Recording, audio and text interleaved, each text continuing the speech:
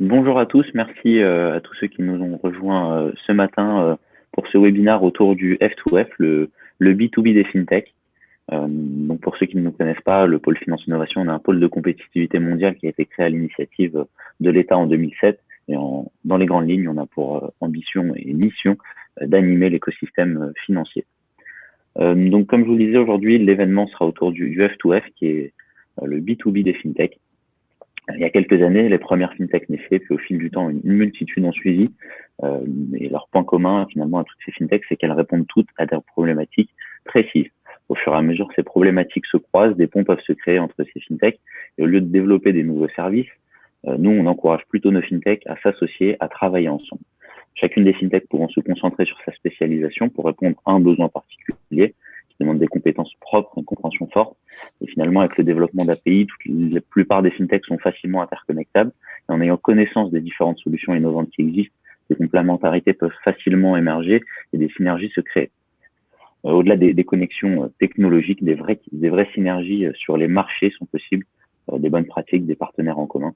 Comme je vous le disais, au pôle, on a à cœur de créer du lien entre ces fintechs complémentaires, identifier les acteurs sur un même marché et pourquoi pas, s'ils ne courent pas, upgrader les services grâce à des collaborations business ou partenariales. C'est la première initiative du F2F, elle a été mise en place en 2019 par le pôle avec Self & Innov. Je salue au passage Mathieu Baquin qui est parmi nous. L'idée, c'était d'appuyer les fintechs dans leur obtention du CIR ou du CI avec un minimum de temps passé, de coûts financiers et un maximum de subventions. Donc voilà, la première offre fintech finalement à destination des autres fintechs, c'était il y a 2 ans maintenant par Self & Innov. Aujourd'hui, en 2020, la communauté fintech est encore plus grande. Les complémentarités possibles de plus en plus nombreuses. Et donc, l'idée, c'était de passer à l'échelle et de mettre à disposition un service de collaboration fintech au sein du pôle, que voilà, le F2F, le B2B des fintech. Donc, le concept, comme je disais, c'est d'encourager les collaborations entre fintech d'un point de vue commercial et aussi partenarial. Donc, parmi ces offres, on peut avoir des offres qui adressent directement les fintechs sur des services d'assurance, de banque au quotidien, de financement, de paiement ou encore de relations clients. Et sur la logique partenariale, des offres communes, des intégrations techniques, de la visibilité, ou encore des échanges de leads. C'est justement 2 de ces partenariats que nous allons vous présenter aujourd'hui. Ensuite, Benoît et Arthur vous présenteront non pas des collaborations, mais des initiatives plutôt qui encouragent justement la collaboration entre fintech. Je vous passe la parole à Charles qui animera ces échanges. Charles, je te laisse dire un petit mot. Merci et un Hugo bon webinaire et à tous. bonjour.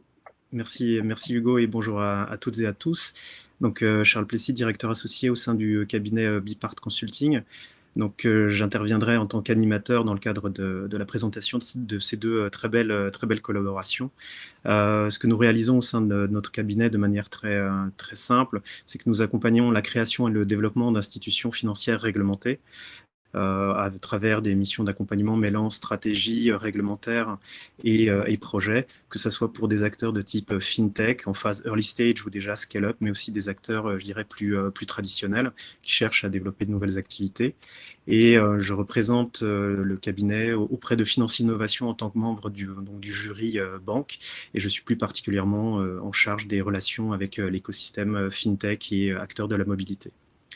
Mais sans plus attendre, l'important aujourd'hui et le sujet très intéressant, c'est de présenter donc les collaborations, les partenariats qui sont à l'ordre du jour. Et donc une première collaboration donc entre les 2 sociétés que sont Evolise et Libéo, donc des acteurs qu'on va qualifier plutôt d'acteurs des métiers du chiffre. Qui en fait finalement se sont associés pour proposer des solutions à destination des petites et moyennes entreprises et je dirais couvrir de manière commune une chaîne de valeur voilà, plus complète.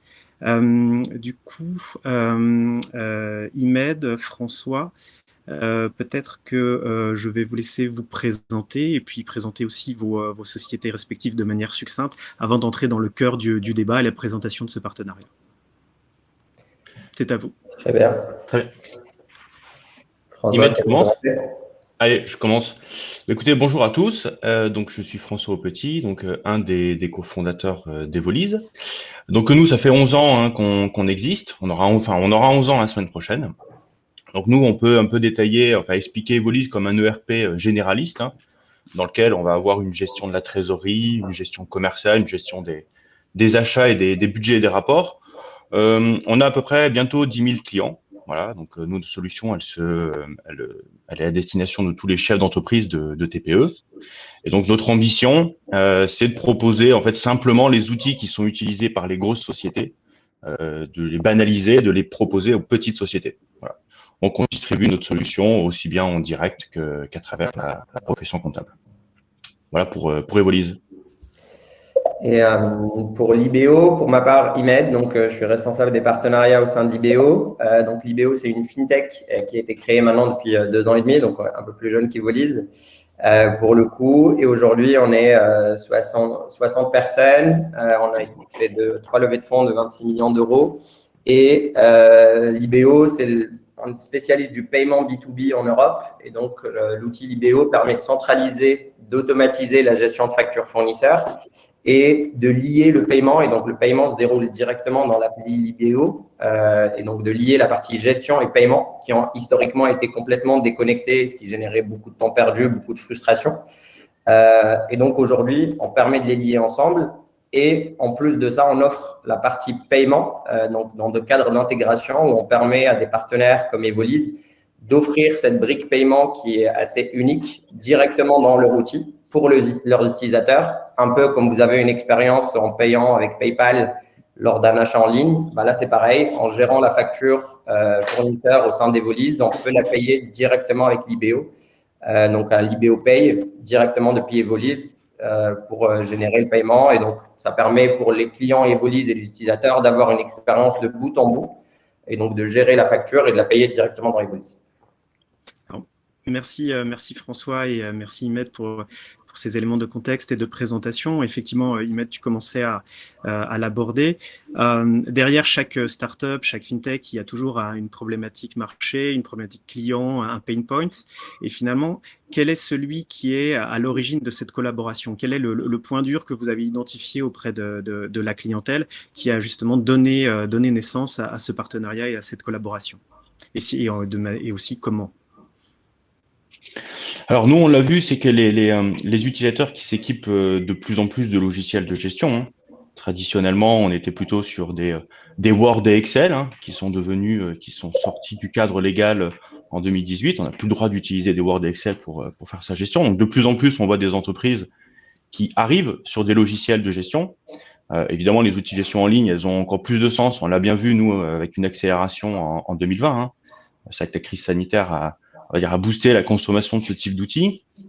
Nous, on s'inscrit un peu parmi les leaders hein, du marché. Hein. C'est vrai que ça fait 11 ans, on s'inscrit un peu dans le paysage des outils de gestion pour TPE. Et toutefois, on voit que notre but, c'est de rassembler au même endroit aussi bien les ventes, les achats à la banque et de fluidifier un petit peu tout ce qui peut se passer entre le paiement et une facture de vente, entre le paiement d'une facture fournisseur. Et on voit bien qu'il y avait une friction qui se passait lorsque un de nos clients, du coup, recevait une facture fournisseur et devait la payer. Finalement, qu'est-ce que c'est? J'ai toutes les infos dans un logiciel. J'ai ma banque qui ne communique pas avec mon logiciel. Pourtant, toutes les informations qui servent à payer sont dans mon outil. Il va falloir que je les ressaisisse, que je m'assure que la personne qui va le faire, elle ait le droit de le faire, qu'elle le fasse bien, qu'on paye sur le bon IBAN, le bon fournisseur au bon moment. Et donc, c'est là où ça devient un petit peu compliqué. Et la relation, la volonté en fait de travailler avec l'IBO, elle est née de là, hein, de vouloir résoudre ce pain qui était assez identifié, qui était un irritant fort de la part de nos clients, de comment faire pour faire communiquer un logiciel de gestion avec une banque. Voilà. Et donc c'est pour ça qu'on s'est tourné vers l'IBO. Donc bon, en plus, c'est vrai que ça va limiter toute la partie relance fournisseur, mauvais enregistrement et surtout le rapprochement ensuite des données qui se fera le plus automatique possible. Puisque l'idée, c'est de faire une seule fois l'action et que cette action faite une fois suive jusqu'au rapprochement de la facture fournisseur avec le relevé bancaire. Donc toute la suite logique de la gestion jusqu'à la compta. Voilà.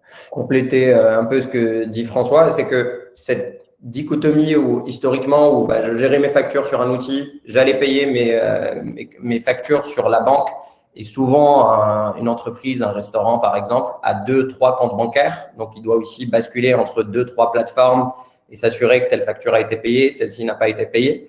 Et c'était souvent risque d'erreur et beaucoup de saisies manuelles, potentiellement aussi de fraude, que ce soit en interne, mais aussi de la fraude au président, parce que je n'ai pas le temps non plus de vérifier mes IBAN et de vérifier toutes les factures. Et troisièmement, on se rend compte aussi qu'une bonne partie des retards de paiement n'était pas due à la mauvaise volonté, mais était due souvent parce que ça consommait beaucoup de temps, parce que c'était complexe, parce que je n'avais pas la bonne information. Et donc, le fait de lier ces deux briques qui sont essentielles, ça permet de réduire drastiquement tous ces risques, donc à la fois de perte de temps et de fraude. Et c'est ça qu'on a voulu réaliser avec cette intégration et offrir aux utilisateurs Evolise. Et aussi pour les experts comptables qui passaient souvent beaucoup de temps à relier tel paiement avec telle facture, à faire de la réconciliation, à faire du lettrage, qui deviennent quasi automatisés parce que le paiement se déroule en même temps en lien avec la facture et prend en compte aussi la complexité du paiement B2B, qui n'est pas simplement un virement, mais qui est par exemple, je dois payer un avoir, je dois payer un acompte, je dois payer une facture en plusieurs fois. Ça, aujourd'hui, ça sera géré automatiquement parce que c'est marqué dans Evolise. Quand ça arrive, l'information pour payer, je dirais, le reste à payer, Evolise a déjà les informations. Ça arrive dans l'IBO juste avec le bon montant, avec la bonne échéance. Et j'ai à cliquer une fois pour réaliser le paiement et mon fournisseur est informé automatiquement derrière.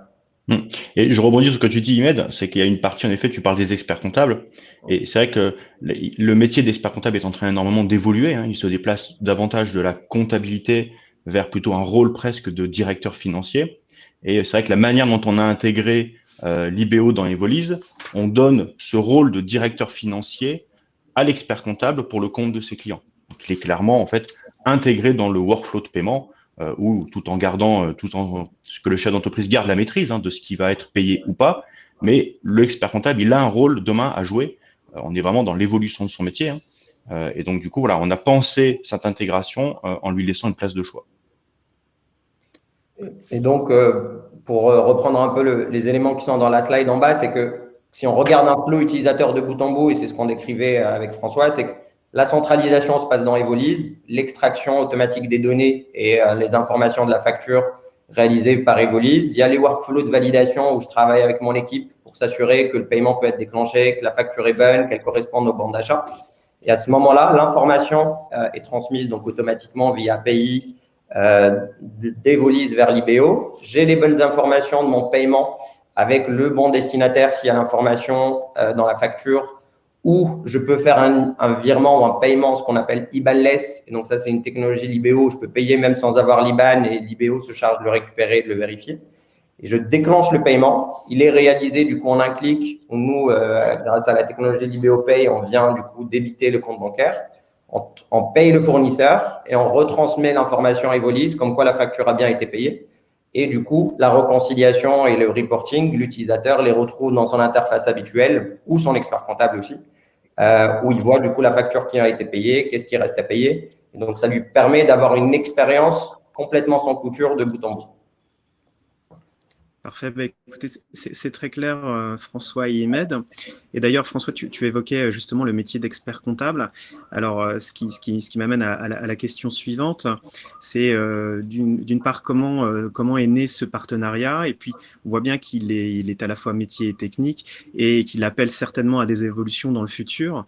Donc, pour l'historique, je crois que vous êtes tous les deux labellisés Comptalab, et donc Benoît nous présentera les objectifs et les enjeux de ce label dans la suite de ce webinaire, mais peut-être un petit peu d'historique du partenariat et puis quelles sont les perspectives pour l'avenir.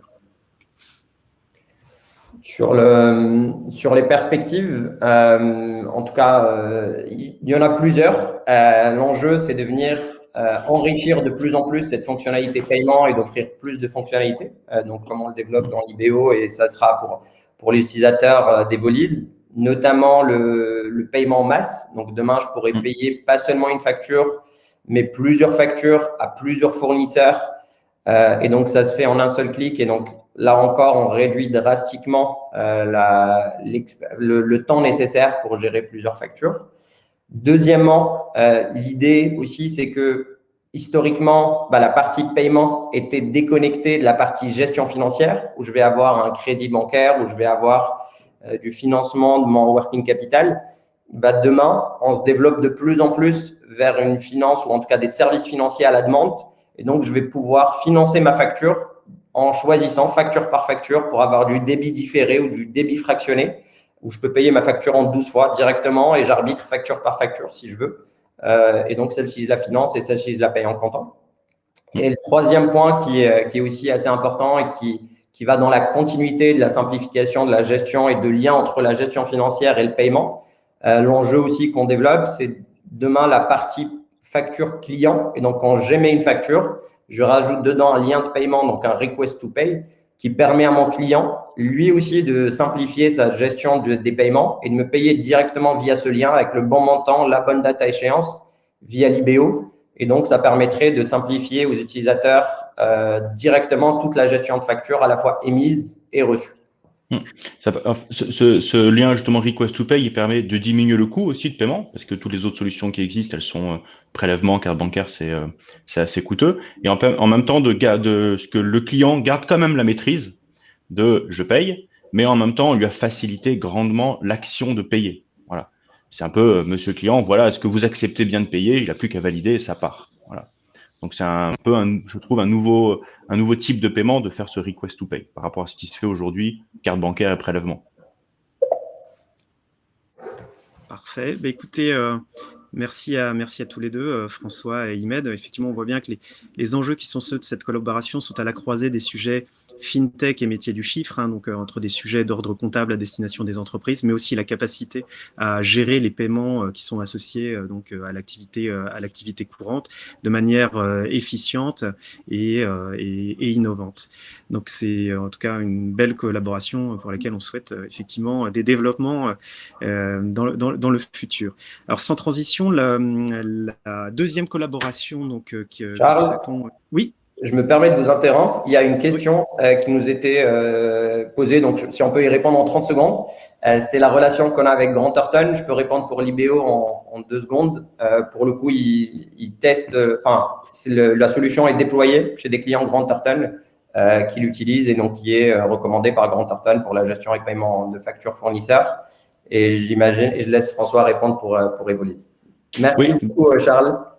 De rien. Oui, donc en effet, je vois donc ça qu'on a un client commun, Grant Thornton. Grant Thornton, il déploie en fait du Evolise depuis l'année dernière. Donc c'est au niveau national.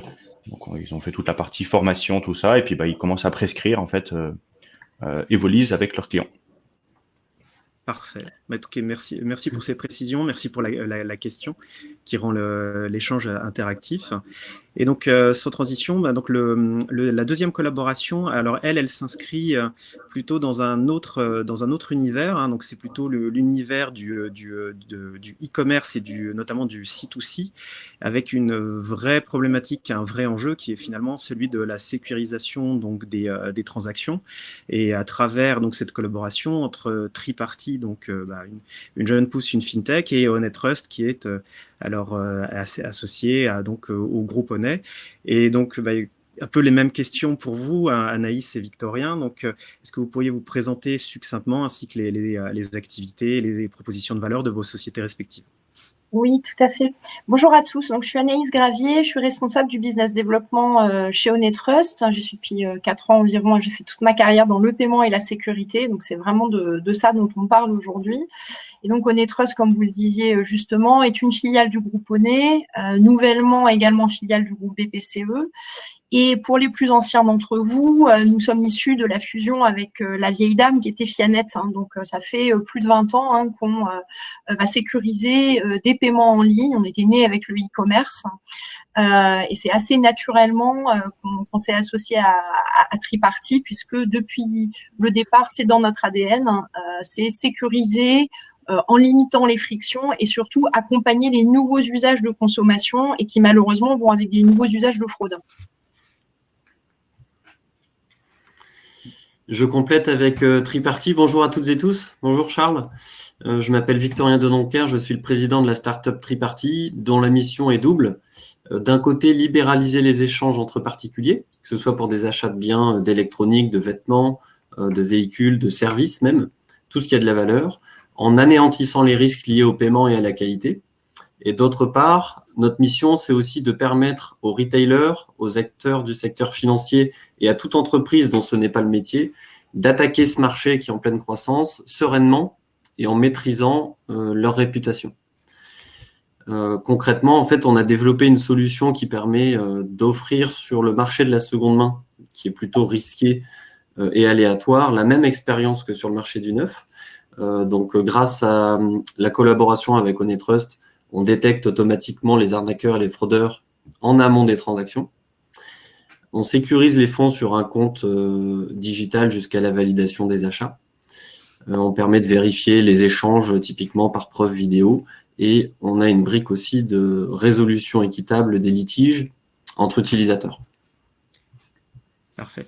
Merci Anaïs et Victorien pour ces précisions. Et du coup, effectivement, un peu comme je l'évoquais tout à l'heure avec la précédente collaboration, même si on voit un certain nombre d'éléments dans ce que vous présentez, qu'est-ce qui a amené, je dirais, cette collaboration? Quel est le pain point marché? Quelle est la tendance du marché C2C et qui s'accompagne forcément effectivement a priori en termes de croissance et de risques associés? Donc, si vous pouviez effectivement nous présenter voilà, l'élément déclencheur, le problème à résoudre et comment, du coup, vous y répondez de manière conjointe. Peut-être qu'Anaïs, on peut parler un petit peu du dynamisme de marché avant d'en arriver vraiment à ce rapprochement. Je pense que c'est important de rappeler pour ceux qui ne sont pas des spécialistes du C2C, parce qu'on a un auditoire varié aujourd'hui, et pour autant, on est tous concernés de près ou de loin par un projet de seconde main, qu'on soit consultant pour le compte d'un client, qu'on participe à des réflexions sur la RSE dans une banque de détail ou toute autre entreprise d'une certaine taille. Aujourd'hui, le C2C, le marché de la seconde main et des plateformes entre particuliers, pèse 7 milliards d'euros en France. Il a été accéléré grandement avec la crise sanitaire depuis 1 an et demi. Et aujourd'hui, on est déjà 4 Français sur 10 à acheter des vêtements de seconde main, ce qui veut dire que la barrière psychologique est complètement tombée. Les vêtements sont quelque chose de très personnel, peu technique aussi, donc ça s'échange assez facilement, il n'y a pas beaucoup de risques, les paniers d'achat sont assez bas, mais ça veut dire qu'on est déjà 40% à acheter des vêtements d'occasion. Pour autant, on est seulement 20% à s'échanger des biens plus techniques, comme des smartphones, tout simplement parce que la qualité est aléatoire, on ne sait pas dans quel état on va recevoir les objets, si une batterie va être HS ou pas. Donc on est déjà 2 Français sur 3 à avoir acheté de l'occasion. N'importe qui devient en fait vendeur, d'où l'importance d'intermédiaires, de pousser à la confiance mutuelle et de sécuriser les échanges. Avant de laisser la parole à Anaïs sur les aspects plutôt de sécurité et de fraude, ce qui nous a amené à ce rapprochement Triparty Onetrust, je rappelle pour les non-initiés qu'en fait on est sur un marché qui est en train de se structurer. On connaît tous les pure players historiques de la seconde main, le Boncoin, Vinted plus récemment qui fait partie des pure players, les eBay, Rakuten, etc. Mais le dynamisme de marché, il est clairement du côté des retailers, ces grands magasins physiques, ces grands sites e-commerce qui se tournent vers la seconde main, ces startups qui attaquent aussi le marché et les organismes financiers qui souhaitent capter cette manne. Donc notre rapprochement, il s'est fait assez naturellement puisque vous le voyez là à l'écran, nos 2 baselines se répondent. Elles sont toutes les 2 basées sur la confiance. Donc ça s'est fait relativement naturellement et surtout parce qu'il n'y a pas encore vraiment d'offres sur le marché car il est en pleine phase de structuration. Adèle, si tu veux peut-être compléter sur les aspects plutôt fraude. Tout à fait. Donc effectivement, Onetrust, on vient avec une expertise qui est notamment autour de la data, parce que tout l'enjeu sur comment créer de la confiance entre des utilisateurs et a fortiori dans un contexte C2C, c'est avec peu d'informations, comment est-ce que je peux m'assurer qu'on a bien une personne de confiance en face. Vous voyez, c'est dans notre baseline, la confiance entre les personnes. Et donc, on a développé tout un tout un savoir-faire autour notamment de l'enrichissement de données avec des technologies qui sont uniques au monde, qui permettent de faire parler la donnée telle que l'email ou le numéro de téléphone, le tout dans le respect de la réglementation sur la donnée personnelle. On est le seul acteur en France à avoir des autorisations auprès de la CNIL pour réaliser ce type d'opération. Et donc, on va assez naturellement utiliser tout notre savoir-faire, à la fois technique, bien sûr, nos modèles de scoring, parce qu'on a des équipes d'analystes qui vont élaborer des modèles de scoring adaptés selon les configurations, selon les transactions dont on parle, et une approche aussi, je dirais encore plus 360 degrés, puisqu'on a chez nous des personnes qui vont mener des enquêtes, des investigations terrain, remonter des modes opératoires de fraude, voire même faire de la surveillance de réseau. Donc, ça va nous permettre d'être toujours au plus proche de l'actualité de la fraude et des nouveaux modes opératoires pour adapter en temps réel des modèles de scoring qui seront appliqués dans la solution dont on va parler dans une seconde, et donc qui permettent d'augmenter toujours la sécurité pour l'ensemble des utilisateurs, à la fois sur de la pure fraude traditionnelle type fraude au paiement, mais aussi en détectant des comportements anormaux qui peuvent laisser penser qu'on est face à une tentative d'usurpation, d'arnaque, de phishing, etc. Donc, l'idée aussi d'avoir rapproché nos expertises, nous, on est un acteur du e-commerce traditionnel, on n'a pas spécifiquement cette expertise C2C, et ça, c'est vraiment la partie de Triparty, si je puis dire. Mais côté Onetrust, on avait tous les outils pour les adapter et les rendre performants sur ce type de marché, et c'est bien l'objet de notre collaboration. Je complète aussi ce que vient de dire Anaïs par la réponse à une question là, qui est dans le chat de Corinne. Et en fait, ça répond à ta question, Charles. Quelle problématique marché non adressée est-ce qu'on a identifié et comment on y répond? En fait, aujourd'hui, on trouve pas mal de solutions pour créer une place de marché, pour gérer par exemple des paiements. C'est pas vraiment ce qu'on fait avec Onetrust. Nous, on a créé une solution qui se branche sur n'importe quel type de plateforme. Donc, quand vous êtes un retailer et que vous voulez attaquer le C2C, vous allez toujours aller voir un éditeur de place de marché, vous allez toujours la développer par vous-même. Par contre, nous, ce qu'on va proposer, c'est d'aller au cœur de la transaction, parce qu'aujourd'hui, personne ne met le nez dans la transaction, ne va s'assurer que le bien ou le service échangé soit conforme, pas forcément en bon état, mais conforme à ce qui a été vendu, conforme aux attentes de l'acheteur. Donc, on va faire ce travail de détail. Ça passe par de l'analyse des utilisateurs pour lutter contre la fraude. C'est un métier, c'est une expertise qui n'a à ce jour jamais été adressée spécifiquement au C2C. Donc, on est parti du savoir-faire d'Onetrust sur le e-commerce, dans le secteur bancaire, pour en fait répondre spécifiquement aux problématiques C2C. Parce que certes, il y a des acheteurs, mais il y a aussi des vendeurs. Donc là, pour la première fois, on va surveiller les deux et on va surveiller une transaction. Et l'expertise de Triparty, elle va aussi dans la vérification de la qualité des échanges et jusqu'au traitement des litiges entre utilisateurs. Et ça, c'est quelque chose de très novateur qui n'existe pas sur le marché.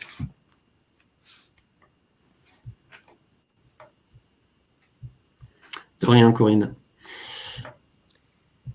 Et du coup, peut-être effectivement évoquer, en complément maintenant donc des éléments de marché évoqués, finalement la nature de la collaboration et à travers d'une certaine manière ce qui est illustré dans le slide, comment finalement vos propres propositions interagissent et génèrent de la valeur pour l'ensemble des parties prenantes. Oui, alors c'est vrai que la force, je pense, du partenariat, c'est d'être capable d'adresser le marché avec une réponse globale et aussi en limitant l'effort technique nécessaire. Victoria, tu pourras compléter si tu veux, mais l'idée, c'est bien d'apporter une réponse à l'ensemble des problématiques, parce que surtout en matière de fraude et ou de litige, les frontières sont assez ténues. Donc, on peut être face à des fraudes qui engendrent des litiges et inversement. Donc, c'est très important d'avoir cette approche vraiment de bout en bout. Et bien sûr, d'un point de vue technique, a fortiori pour des retailers, ça permet d'avoir un time to market beaucoup plus rapide, et donc d'être rapidement prêt et de se concentrer sur le business, son business, plutôt que de s'occuper de la fraude. Donc, ce qu'on a pu apporter, c'est vraiment la mise en moyen à la fois d'expertise et tout simplement de données techniques, enfin de principes techniques qui permettent des intégrations facilitées pour nos partenaires. Et l'expertise, ça va assez loin parce que du côté de Netrust, vous avez quand même besoin d'agréments, d'autorisations assez poussées pour faire votre métier. Vous analysez des données qui sont à caractère personnel, des comportements, etc. Donc, c'est un métier. Si Triparty avait voulu aller seul sur ce type d'outils, je pense que on aurait pu monter presque une startup dédiée. Et vice-versa, Triparty est branché à un écosystème quand même assez complexe. On gère des paiements, on pilote des transactions. Donc, en fait, on a deux métiers extrêmement complémentaires et une vision, une mission commune. Donc, naturellement, c'est assez facile de travailler ensemble. Donc, ce qui est intéressant de voir, c'est qu'effectivement, là, on a un peu le cas d'une collaboration entre une pure start-up et une entité qui appartient à un groupe bancaire déjà installé, même si je pense qu'au sein d'une entité dédiée comme Netrust, vous avez aussi cet esprit start-up, mais ça montre que des liens, des passerelles sont possibles pour proposer de la valeur de manière commune. Et du coup, le partenariat, cette collaboration que vous avez mise en place, je suppose, en tout cas, ça serait la question, elle s'inscrit dans le temps, dans une évolution commune. Est-ce que vous pouvez nous en dire un petit peu plus? Dans la limite, évidemment, de ce qui est disclosable. Oui, alors juste pour revenir sur la partie complémentaire et sur la taille des structures. Alors oui, nous on est petits chez Netrust, même si on fait partie de un puis maintenant deux grands groupes. Donc c'était assez naturel pour nous de travailler avec Triparty. On est des équipes à taille humaine et c'est vrai que cette agilité nous a facilité la tâche au quotidien. On a un mode de fonctionnement qui est plus proche de celui d'une start-up que de celui d'un grand groupe au quotidien. Donc oui, on a pu facilement mettre nos expertises, y compris techniques, en commun. Et bien sûr, on va beaucoup plus vite pour tout réaliser. Peut-être Victorien dira quelques mots sur ce qu'on prépare. On a déjà la suite dans les cartons. On est déjà en train d'innover, pour proposer des nouvelles solutions pour le marché. Je pense que la clé, en fait, c'est d'orienter les efforts vers une solution, vers le produit. Donc, on n'est pas ni dans un partenariat de échange de bons procédés pour faire du business development, des choses comme ça, ni dans un partenariat de visibilité. On veut vraiment construire une offre. Donc, en fait, tous les acteurs qu'on rencontre ensemble nous permettent d'itérer, de tester la solution dans un premier temps. On a fait tout ce travail en 2020.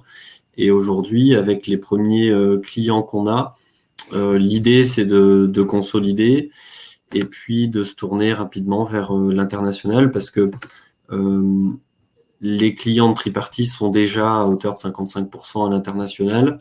La solution couvre la plupart des continents où peuvent nous accompagner nos partenaires financiers. Dès que les pays ne sont pas blacklistés, généralement, on peut travailler avec eux. Netrust, c'est pareil, il y a déjà une empreinte très internationale. Donc la suite, je dirais que c'est ça, c'est de peaufiner l'offre, de l'étendre avec des nouvelles fonctionnalités. Aujourd'hui, on est dans la surveillance des acheteurs, des vendeurs. Demain, on va pouvoir analyser automatiquement du contenu d'annonce pour limiter le temps humain de vérification, surveiller des discussions entre utilisateurs.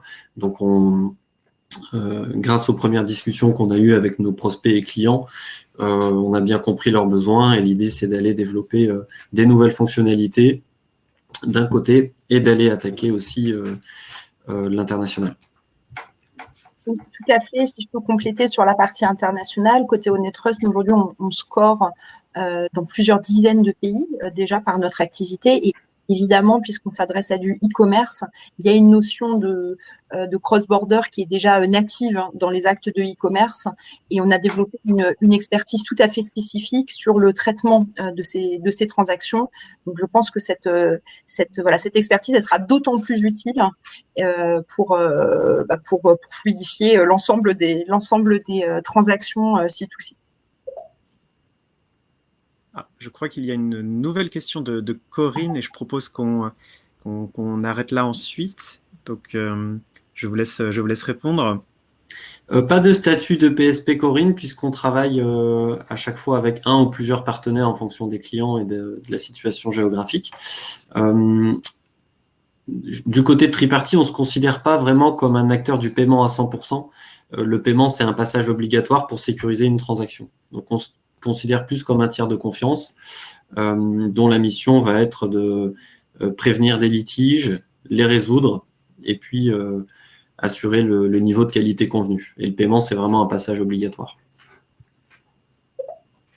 On est donc distributeur de monnaie électronique, pour être précis sur le plan juridique. Parfait. Bah, écoutez, c'est très clair. Merci beaucoup à tous les deux, donc à Anaïs, Victorien, pour ces explications et puis cette mise en perspective donc, de cette belle collaboration. Avec grand plaisir. Merci beaucoup, Charles. De plus. Mais du coup, le prochain sujet, donc intervenant, donc c'est Benoît Maury, donc CEO de Willib et donc je crois fondateur du label Comptalab que j'évoquais donc dans le cadre de la collaboration entre Evolise et Libéo. Bonjour Benoît. Bonjour Charles. Eh bien écoute, je pense que je vais te donner la main pour que tu nous présentes effectivement notamment tout ce qui est derrière les enjeux derrière la création de ce label qui, sauf erreur de ma part, finalement regroupe un certain nombre d'initiatives en termes de digitalisation des métiers comptables. Et donc voilà, je te donne la main et je te laisse détailler, expliquer, amplifier ce point-là. Oui, complètement. Tu permets que je partage mon écran ? Je pense que oui, c'est possible. C'est simplement pour mettre en exergue le site de Comptalab et donc tous les adhérents. Donc, effectivement, ça fonctionne bien. Enchanté et merci Finance Innovation de m'offrir cette tribune ainsi qu'à Comptalab. Donc, effectivement, je suis cofondateur de Comptalab. C'est donc le label des startups de l'expertise comptable. Nous sommes aujourd'hui 10 startups, parmi lesquelles donc Libéo et Evolise, effectivement. Et on retrouve parmi nous également Atometrix, ABCSR, Moodcard, Unisoft, Chaintrust, New Deal et Appicab. Le label, il est né d'un constat partagé par en fait tous les membres du label et c'est ça qui est aussi étonnant et intéressant. Le marché de l'expertise comptable, c'est un marché qui était jusqu'à présent très oligopolistique. Il y avait 2-3 acteurs qui offraient un ensemble de services aux cabinets et à leurs clients et qui avançaient peu ou innovaient peu. Du fait de la profession réglementée de l'expert comptable aussi, mais de cette situation oligopolistique. Et à partir des années 2015, on va dire, il y a eu de grosses évolutions dans la profession, l'émergence de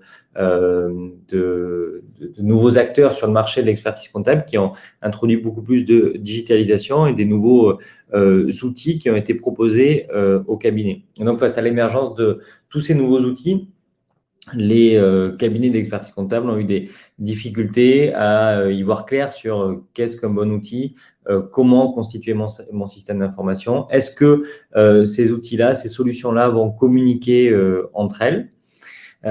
Et donc forcément, pour nous, en tant que nouveaux éditeurs, des potentielles difficultés à avoir de la crédibilité auprès des cabinets d'une part, et d'autre part, un gros travail d'acculturation au digital, puisque du fait de la situation, encore une fois, oligopolistique, les cabinets avaient peu évolué en matière de digital et étaient peu dématérialisés. Donc, on est tous partis du constat qu'on devait à chaque fois expliquer quelle était la valeur de notre service, comment ce service allait aider le cabinet et comment est-ce qu'on allait pouvoir s'implémenter dans le système d'information du cabinet.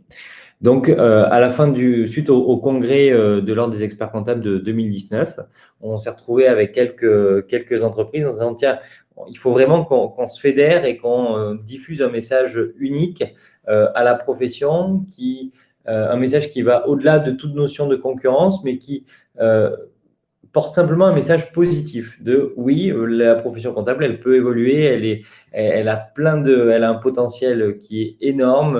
L'expert comptable est au cœur des flux pour son client. Donc, comment est-ce que nous, en tant que petits éditeurs, on va pouvoir potentiellement, petits éditeurs aujourd'hui et grands demain, on va pouvoir aider les cabinets à y voir plus clair et à avancer plus facilement.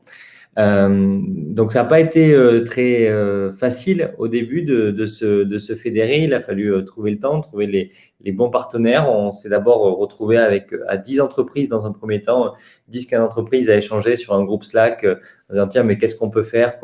Quelle forme va prendre ce label? Est-ce que c'est un label? Est-ce que c'est une association? Comment est-ce qu'on va manifester cette volonté de travailler ensemble? Avec en ligne de mire le congrès qui aurait dû se tenir à Bordeaux en 2020 de l'Ordre des experts comptables, où on voulait vraiment avoir un stand commun. Et le premier frein qu'on a pu rencontrer là-dessus, dans cette fédération, c'est un niveau d'implication différent entre les membres.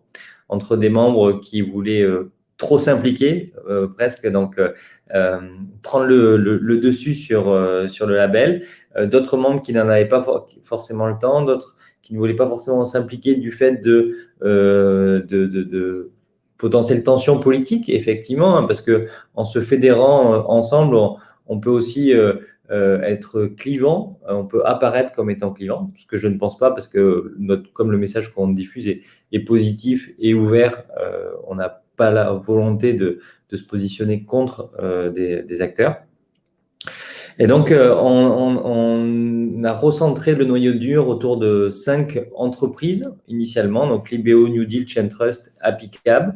On s'est dit, bon, mais on va travailler ensemble, on va fonder ce label, on va lancer une communication et prendre un stand ensemble pour le congrès de l'Ordre des experts comptables et faire un appel à candidature pour accueillir des nouveaux membres. Et surtout, on va se fédérer autour de valeurs, d'engagement qui sont communs, l'humilité, réactivité, l'expertise et la solidarité, et la volonté d'avancer, encore une fois, au-delà de la concurrence et de s'interconnecter, de travailler, de communiquer ensemble auprès de la profession. On a lancé le label en avril, par là. On a fait un premier webinaire.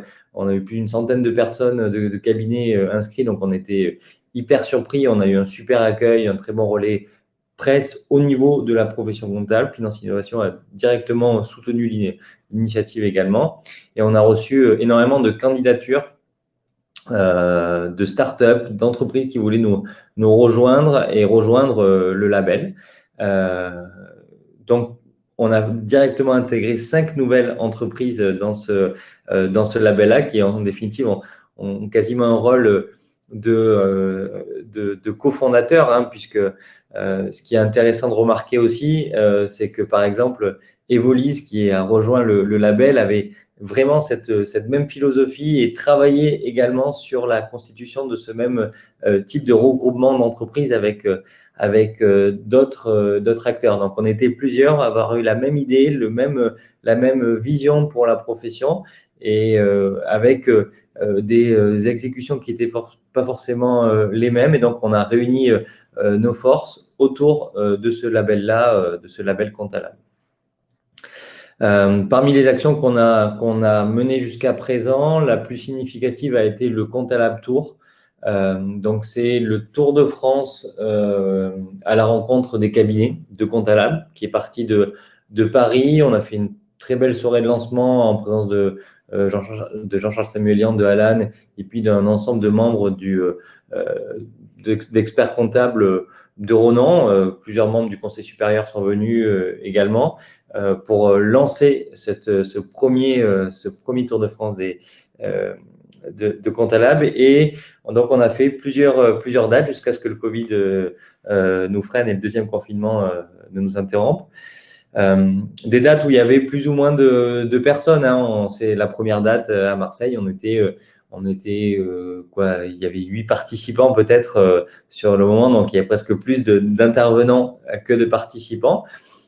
Jusqu'à la dernière date qui a pu avoir lieu, c'était à Bordeaux, où on avait 25-30 inscrits cabinets, et puis celle qui devait avoir lieu à Nantes et celle-là ensuite à Lyon avait beaucoup plus inscrits normalement. Donc, ça allait vraiment crescendo. Et on a réussi à créer des moments d'échange hyper pertinents avec notre cible, hein, Comptalab. On s'adresse aux experts comptables. On doit vendre un produit aux experts comptables. Donc, c'est hyper ciblé, mais à la fois hyper intéressant parce qu'on a permis de créer une dynamique d'échange, de rencontre qui était différente de celle que les cabinets pouvaient connaître, une dynamique qui était généralement portée, qui est aujourd'hui portée par l'ordre majoritairement et donc par les institutions, ce qui est très bien d'avoir une profession avec des institutions très fortes, mais c'est aussi bien d'avoir ce côté contre-pouvoir, indépendance et discussion autour de l'innovation. Tous les cabinets qui sont venus nous voir sont rentrés ravis de ce Contalab Tour parce que voilà, on a pris vraiment le temps. À chaque fois, c'est une matinée entière où on discute, on parle de leurs problèmes. Nous, en tant que start-up, ça nous permet d'autant plus identifier leurs besoins, de parfaire notre approche. Eux, ça leur permet de nous connaître beaucoup mieux. Ça leur permet de se rendre compte qu'ils ne sont pas tout seuls face à leurs problématiques de digitalisation.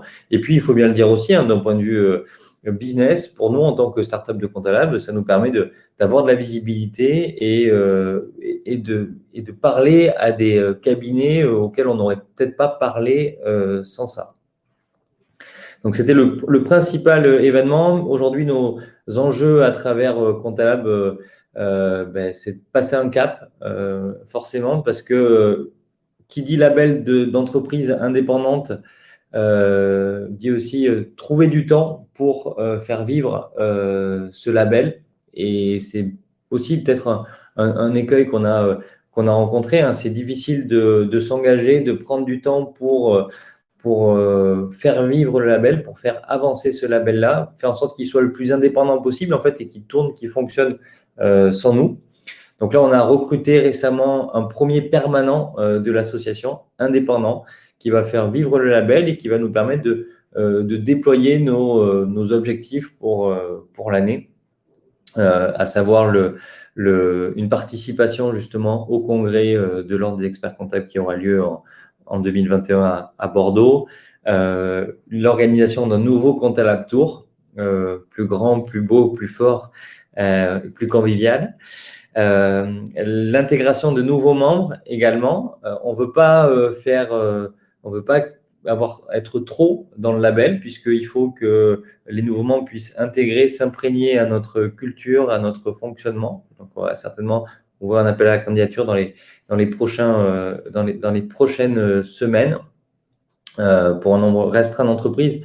Encore une fois, puisque ces entreprises, elles doivent avoir un côté très qualitatif, elles doivent avoir fait leur preuve de marché, elles doivent apporter une valeur, un service au cabinet, puisque l'idée, c'est aussi que les cabinets puissent se fier au label en disant, tiens, cette entreprise, elle est dans le label Contalab, ça veut dire qu'elle est qualitative, ça veut dire qu'elle va apporter de la valeur à mon cabinet, ça veut dire qu'elle est interconnectée aux autres, ou du moins qu'elle a la volonté de s'interconnecter aux autres entreprises du label, et donc je peux travailler avec elle. Donc, recrutement de nouveaux membres et puis continuer à faire avancer la parole de Contalab et faire en sorte que Contalab soit de plus en plus indépendant par rapport à ces entreprises créatrices, hein, que demain, lorsqu'on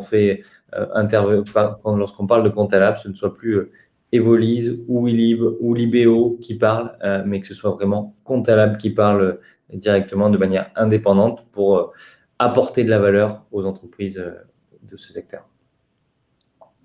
Parfait. Ouais, écoute, merci beaucoup Benoît pour cette initiative, ces explications qui effectivement sont en lien avec la thématique de la collaboration, que ce soit entre les différents membres donc, de Contalab et aussi dans la relation avec les cabinets d'experts comptables pour apporter de la valeur à l'ensemble de l'écosystème. Et alors justement, en continuant sur cette logique de collaboration, et donc pour conclure cet événement, donc je passerai la parole à Arthur, hein, donc de France Barter, et qui va nous expliquer, en tout cas à ceux qui ne le connaîtraient pas encore, effectivement la notion de barter, je dirais, et la collaboration qu'il peut y avoir derrière cette notion.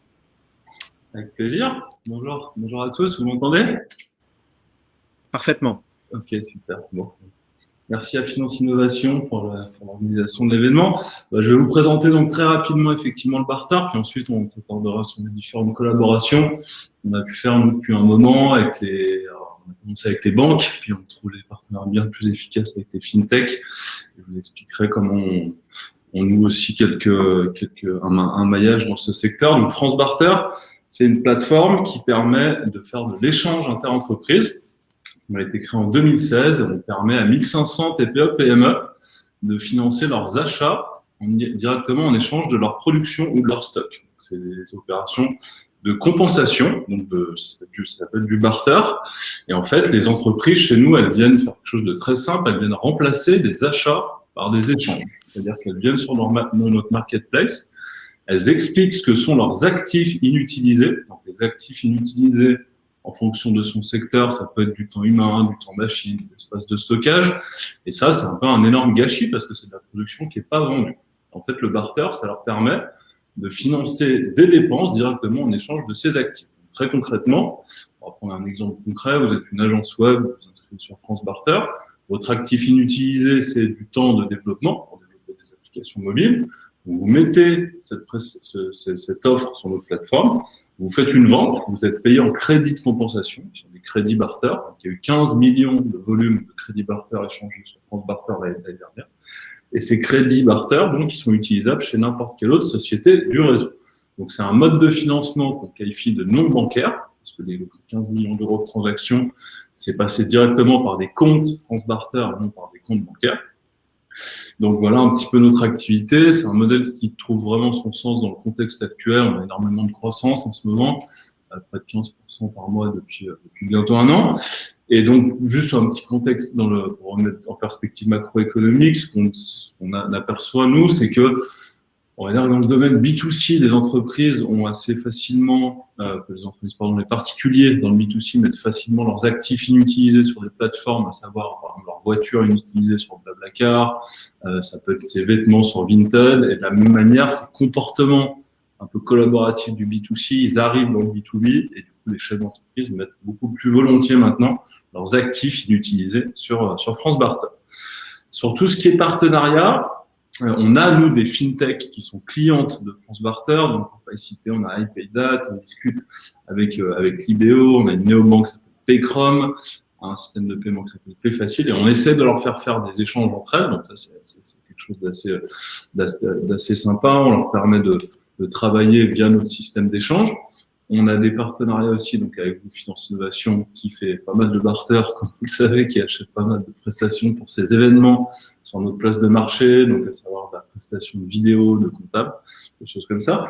Et par contre, ce qui est intéressant et à mon sens, ce qui nous lie un petit peu aux autres fintechs, c'est qu'on est tous sur des métiers où il y a quand même une complexité qui est assez forte. Hein. Je vois par exemple, Libéo, c'est des solutions qui sont très tech, très technique, il y a beaucoup d'enjeux de sécurité, et notre rôle, nous, en tant que fintech, B2B, hein, comme Libéo, c'est d'arriver justement à masquer un peu cette complexité pour l'utilisateur. Pour que l'utilisateur, chez nous, il vient sur France Barter, il veut payer un achat en troc, en échange, il n'a pas à comprendre toute la complexité des échanges, de vérification, donc c'est à nous de faire tout ce travail de vérification, de gestion de la complexité, comme on dit, du paiement B2B, pour arriver à créer une expérience facile. Et du coup, on discute nous avec iPayDat qui fait des systèmes de pré-comptabilité en ligne. Et effectivement, on est en train, nous, chez France Barter, de prendre un virage un peu plus fintech, c'est-à-dire qu'on a passé beaucoup de temps à animer le réseau, à appeler nos membres, et voilà, ce qu'on fait toujours avec grand plaisir évidemment. Mais on essaie de devenir une solution un peu plus tech pour pouvoir donc se plugger à des fintech. On a des néobanques en vue et des systèmes de paiement inter-entreprise. Donc voilà comment on voit les choses nous. Sur les partenariats avec les banques, on a essayé, alors c'est un peu plus laborieux, hein, parce qu'évidemment les banques, fintech avec attention, ils y voient des nouveaux usages, ils essaient d'acculturer leurs équipes, mais voilà, souvent ça freine un peu au niveau du déploiement des partenariats. On a eu quelques clients qui sont venus par des partenariats, notamment avec la Caisse d'Épargne, donc ça fonctionne aussi, mais dans une moindre mesure, c'est toujours plus efficace de s'associer à des fintech. Je ne sais pas s'il y a des questions. Il y en a. Merci Corinne. Allons-y pour les questions alors. Alors, est-ce que tu vois la question, Arthur, ou sinon je la répéterai. Sur question, je pense que je vais la trouver. J'ai Antoine qui demande comment fait-on du F2F. Je suis pas sûr de bien comprendre. C'est une question sur les technos blockchain, donc pas sûr que ça me concerne. Est-ce que tu veux que je réponde quand même? Arthur, je pense que Charles parlait dans le chat, la Corinne. Oui, dans le chat. Ah, pardon, j'ai cliqué sur question. Ok, alors Corinne, c'est un compréhension. Sur le fait de faire des échanges, c'est ça, Corinne, que vous demandez? Alors, je suis pas sûr de bien comprendre la question. Ce qui s'échange sur la plateforme France Barter, c'est pas du tout des compétences, c'est des produits, c'est ce que produisent les entreprises. C'est-à-dire que, par exemple, chez Finance Innovation, vous pouvez acheter une adhésion au pôle Finance Innovation, vous pouvez pas acheter de la compétence intellectuelle de Charles, par exemple. Je sais pas si c'était ça la question. Donc, ce qui s'échange sur notre marketplace, c'est vraiment ce que vendent les entreprises. Du coup, si elles savent le vendre, a priori, elles savent le protéger. Mais il peut y avoir aussi des systèmes d'échange de propriété intellectuelle. Alors ça, c'est plutôt ce qu'on appelle chez nous, c'est des marques blanches. On a des communautés qui souhaitent faire de l'échange non bancaire, comme on le fait sur notre communauté de PME. Et on a des agriculteurs qui utilisent notre service, un site qui s'appelle AgriÉchange. Là, on lance une expérimentation dans l'industrie. Effectivement, là, se posera cette problématique, si je comprends bien sur la question, qui est de savoir qu'est-ce qui peut être échangé sur une plateforme et qu'est-ce qui ne peut pas, parce qu'effectivement, il faut que l'entreprise conserve sa propriété intellectuelle. Merci Arthur. Oui, effectivement, je pense que Corinne ne voyait pas exactement ce que faisait France Barter, mais c'est vrai que finalement, c'est des échanges exactement ce qui se passerait avec de l'argent, sauf que c'est en barter coins grâce à vous. Exactement. Effectivement, je n'ai pas précisé le fondement juridique de l'échange, c'est la facture par compensation. Et ça donne tout le temps lieu à l'émission d'une facture, il y a de la TVA, on est allé voir tous les législateurs, c'est parfaitement légal et transparent. Évidemment, sinon on ne serait pas là pour en parler. Alors, oui, certains achètent au pôle en barter et nous on achète entre autres des bons sushis. Voilà, c'est ça. Exactement. Un exemple concret de l'utilisation de France Barter au pôle Finance Innovation. Voilà, vous avez, tous les membres ont un compte barter, qui est un barter, c'est égal à 1 euro. Et vous allez sur notre marketplace et vous pouvez acheter à peu près tout ce que vous voulez. Bon, pas tout, il n'y a pas de boulangerie ou une pharmacie, par exemple. Mais vous avez tout ce qui est B2B, voilà, un site, un événement, une voiture. Je ne vais pas vous faire toute la liste. Allez voir sur francebarter.com, faites un compte démo et vous pourrez regarder. On a des packs, il y a des voyages, tout ça. Vous verrez toutes les merveilleuses choses qu'on peut vous proposer en barter. Parfait. Merci Arthur. Bah de rien, avec plaisir. Écoutez, je pense que ça semble clair pour tout le monde. Charles, je ne sais pas si vous avez un mot de conclusion.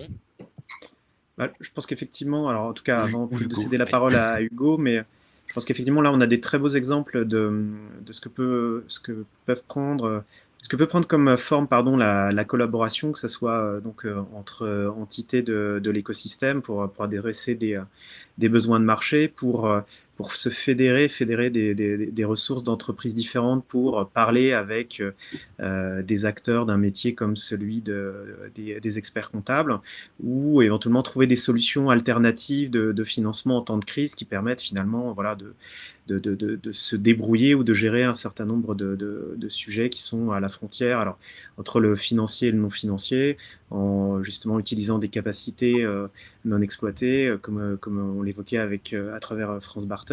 Donc c'est, je pense qu'effectivement, un des grands points très positifs et c'est qu'on voit à travers toutes ces initiatives toute la force de l'écosystème, la diversité des offres, des types de collaboration, et qu'elles vont toutes vraiment vers quelque chose de très positif pour l'ensemble des parties prenantes, des partenaires de cet écosystème.